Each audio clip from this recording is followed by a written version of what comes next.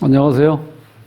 오늘은 102번째 사주산 장명쉼터 19번째 소 제목으로는 마누라복은 있을까? 이런 제목으로 오늘 이제 공부를 좀 하겠습니다. 자, 이제 여기서 우리가 이제 처궁이죠, 처궁. 처복은 있는지 없는지. 즉, 이름을 보고 사주를 안 보고 이름만 보고 자 만화님 복이 있는지 없는지 이제 알아보는 방법이에요. 자, 그래서 청룡재, 요 재라는 건 배우자를 얘기하는 배우자 혹은 어머니라고 얘기도 해요. 좀 헷갈리죠. 사주 명리에서는 어머니는 인성으로 되어 있잖아요. 쟤는 아버지고 반대 개념으로 바뀌었다고 보시면 돼. 그래서 이 청룡은 자 상상의 동물 6마리 중에서 가장 좋은 작용을 하는 거예요. 청룡. 청룡 쟤는 처덕은 있으나 쟤가 중복되면 이게 축첩한다 이렇게 나와요. 쟤가 중복되면 명리에서도 남자 사주에서 쟤가 2개, 3개, 3개 이상서부터는 어떻게 돼? 다재죠, 다재. 다재가 되면 여자가 많다. 바람필 가능성이 있다. 이제 그렇게 우리가 통변을 하지요. 여기서 이 축첩이란 단어는 조금 요즘에는 잘 안 어울리는 단어입니다. 지금 축첩할 수 있어요? 흔한 말로 죽으려면 무슨 짓은 못해? 그죠? 축첩을 어떻게 하면 껴주매? 바람피다 걸려도 이혼한다고 그러는데, 예. 그 옛날에는 그냥 그게 아주 자연스럽게 막 그렇게 제가 어렸을 때도 집에 조금 그 잘 사는 어른이 있었는데 그분은 동네에서도 공식적으로 인정을 해줘요. 그러니까 우리가 사는 마을에서 조금만 아주 그 야산 비슷한 거 넘어가지고 집을 하나 지어주고, 그야말로 첩 집을 하나 지어주고, 왔다 갔다 하시며 살았어요. 근데 그걸 아무렇지도 않게 생각을 하고, 그 집의 애들 보면 작은 엄마라고 얘기했어요, 그렇게. 그게 바로, 그때 축첩이라는 말이 이게 이해하는 거죠. 요즘은 축첩이란 말 썼다 하면은, 그야말로 어떻게 돼. 정말 박살나죠, 박살나. 육친재에 청룡 주작 등사가 임하면 처덕이 있다. 계속해서 나온 말인데 6마리 상상의 동물 중에서 청룡과 주작과 등사가 있으면 이건 길작용을 한다 이렇게 보시면 돼요. 재가 많으면 수리가 좋아도 축첩한다. 그러니까 수리가 똑같아요. 이 재가 많다는 건 요즘에 재다신약 혹은 뭐 다재 사주니까 분명히 그런 남자는 여자가 많이 있다. 여자가 주위에 어떤 여자를 만날 수 있는 환경이라든가 여자를 접할 수 있는 어떤 환경이 놓여 있다. 그렇게 보시면 돼요. 그 다음에 재가 숨어 있고 수리가 흉하면 첩을 두지만 덕은 없다. 아니, 첩을 두는 것도 혼날 일인데 덕은 당연히 없죠. 첩을 두고 처덕이 있다 이러면 첩덕이 있다 이렇게 얘기할 수 있습니까? 그건 말이 안 되죠. 여기서 재가 숨어 있다는 거는 사주왕에서는 지장간에 있는 것 정도로 이해하시면 돼요. 재가 숨어 있고 수리가 흉하다. 이 얘기는 지장간에 숨어 있고 힘이 약하다. 이거. 그런 경우는 당연히 힘이 미미하니까 사주팔자에 드러나지 않은 상태니까 어떻게 돼요? 따로 정말 어찌 보면 공식적으로 연애할 수 있다는 거예요. 여기서는 그래서 제가 숨어있기 때문에 숨어있고 또 수리가 흉하다면 어떻게 돼? 중중하죠? 안전적으로. 이제 그렇다 보면 그때는 첩은 두지만 덕은 없다. 재가 하나 있고 구진이나 현무, 백호 이거는 흉작용으로 한다 그랬죠. 구진, 현무, 백호. 이거는 흉작용이에요. 흉작용. 백호에 임하고 수리가 흉하면 재취한다. 또 여자를 취한다. 이제 그런 말이죠. 수리가 양호하지만 백호 단일째면 처덕이 없다. 이 백호에 걸리면 처덕이 없다. 이렇게. 자, 이렇게 이제 그럼 일단 이름을 보면서 한번 이름 감정을 해보면 이제 이렇게 좀 확실하게 와 닿을 겁니다. 최성선이란 남자가 있는데, 최성선. 여기 보면은 오행으로는 금, 성이니까 금에다가 토, 선이니까 금에다가 화. 자, 여기에서 육친인데, 제가 세 개 있죠. 선 하나 있고, 형 하나 있고, 이렇게 제가 중중하다고 그랬죠. 이렇게 제가 하나, 둘, 셋.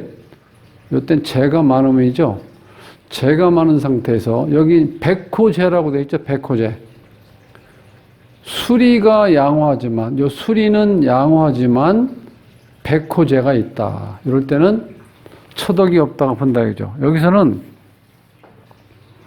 재가 많으면 수리가 좋아도 축첩한다. 이게 맞는 말이에요. 그러니까 여기는 백호재, 구진재, 청룡재 이렇게 재가 세 개나 있죠. 여자가 이름 속에 세 명이 이렇게 딱 숨어 있다고 보시면 돼. 이럴 때는 이 남자는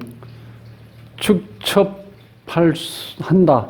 요즘 얘기를 하면 애인이 있다. 이렇게 보시면 돼. 자, 수리에서 11, 14는 안 좋은 작용을 하죠. 흉수, 13의 길수, 요 사해궁 자리에 14핵 있다. 이건 안 좋게 작용을 하죠. 자, 이제 공망을 보면은, 공망을 이모생이니까 이모에서 공망은 신유죠. 그러니까 7범과 수리가 7과 8이 공망입니다. 여기 보면 7이 있죠? 여기 8 있고, 이것이 공망입니다. 그럼 이거 보지 않고, 수리는 보지 않고, 요거, 자, 육수로 해석해 봤을 때 이분이 축첩을 한다고 나왔죠? 그럼 가정이 어떤 겁니까? 가정이? 시끄럽겠죠? 그 여기 가정궁의 공망이잖아요. 그러니까 가정에 뭔가 문제가 있다는 거예요, 지금 여기. 이건 본인궁 자리고, 이건 배우자 자리, 이거는 또 자식 자리예요. 자식 자리에 공망이 있다. 혹은 이 최성선 씨의 말년이 공망이라는 건 말년의 삶이 고달프다. 왜? 젊었을 때 나쁜 짓을 했잖아. 나쁜 짓을 했지. 한 마누라 모시고 잘 살아야 되는데 축첩했다는 거는 그 조광지처가 얼마나 눈을 흘렸겠어요. 두고 보자. 이렇게 쓸 거 아니에요. 그러니까 말년에 병들고 몸이 아파도 어디 의지할 데가 없다는 거예요. 이렇게 되면. 이 말년인데. 청룡제 수리. 청룡제 수리 13. 재가 좋아도 재가 많아 애인이 있다. 여기서는 축첩한다 이거보다는 그냥 애인이 있다 이렇게 표시하는 게 좋을 것 같아서 좀 말을 바꿨습니다. 부가 숨어 있어. 여기에 뭐 부가 나타나질 않았죠. 여기에 부가 하나도 없죠. 부가 숨어 있어. 아버지 덕이 없고 홀어머니 밑에서 자랐다. 이 주인공이 최성선이라는 분이 아버지가 여기는 아버지 덕이 없다는 거예요. 아버지가 나타나질 않죠. 그래서 사주명리에서도 아버지인 편제가 지장간에 숨어 있으면 약하게 돼 있으면요. 대체적으로 아버지 덕은 없다고 봐야 돼. 그러니까 이 장명하고 육친관계 설명하는 건 큰 차이는 없다고 보시면 돼요. 그 두 번째 김생호라는 분인데 김생호. 자, 요번에 이제 오행을 보면은 금은 기역이니까 목, 그 다음에 종성이 미음이니까 수, 생이니까 금, 이응이니까 토, 혼이, 희응도 토죠, 토. 그 다음에 받침이 없으니까 점, 이 상태. 지난 시간에 계속해서 말씀드렸지만, 이 신묘생이라는 거예요, 신묘생. 신묘생에서, 자, 요 두 글자가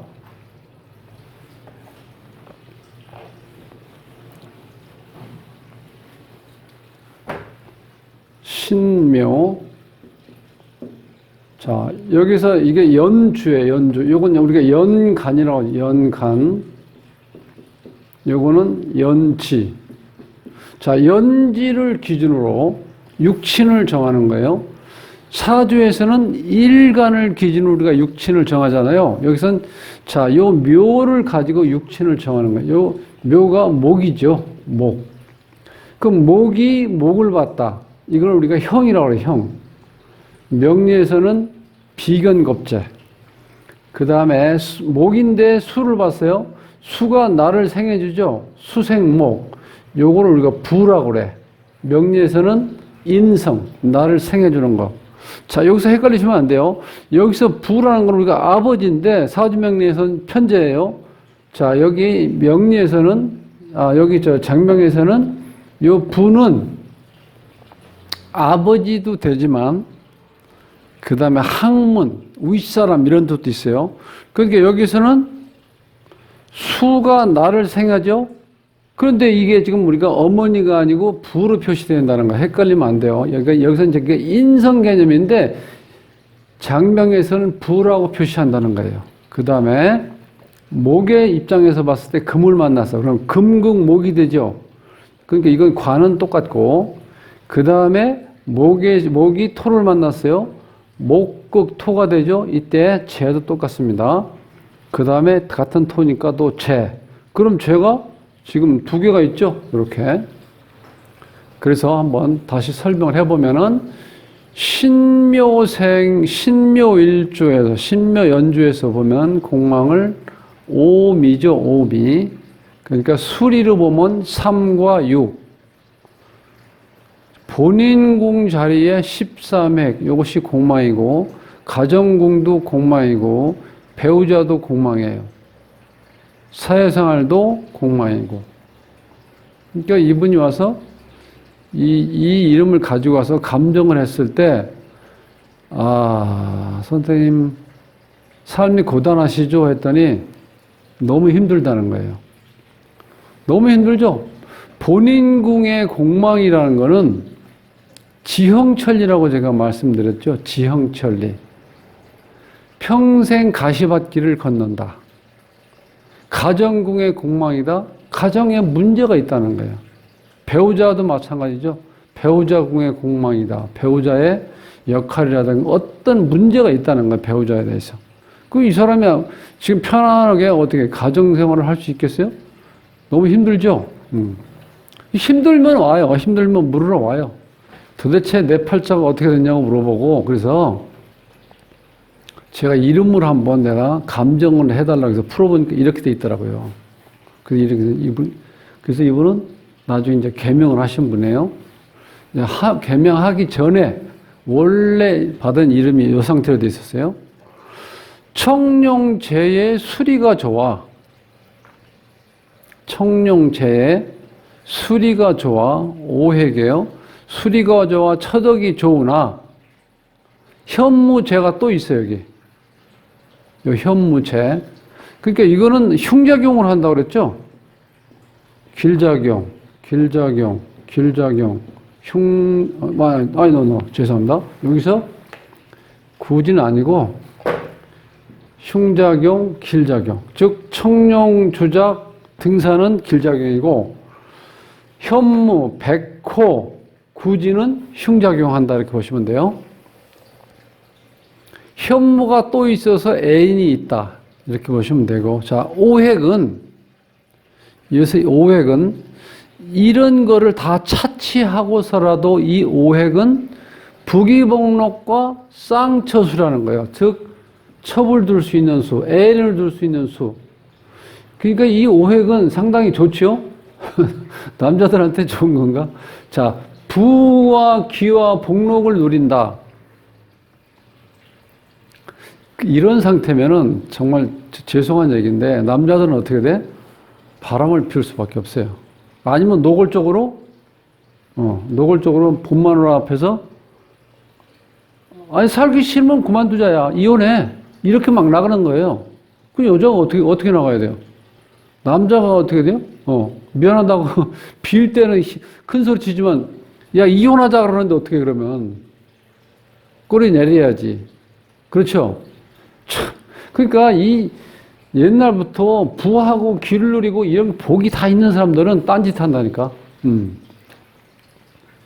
그래서 쌍처수란 오획은 그렇게 해석을 하면 돼요. 부귀복록과 쌍처수가 이 겸해 있다 이렇게.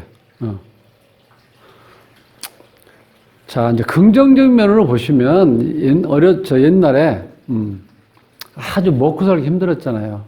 오직했으면 입 하나 덜기 위해서 어렸을 때 일찍 시집을 보내든지 그랬잖아요. 아니면 그 자녀분들을 옛날에 식모살이라고 그랬잖아요. 식모살이. 예. 일찍 보내는 거예요, 이렇게.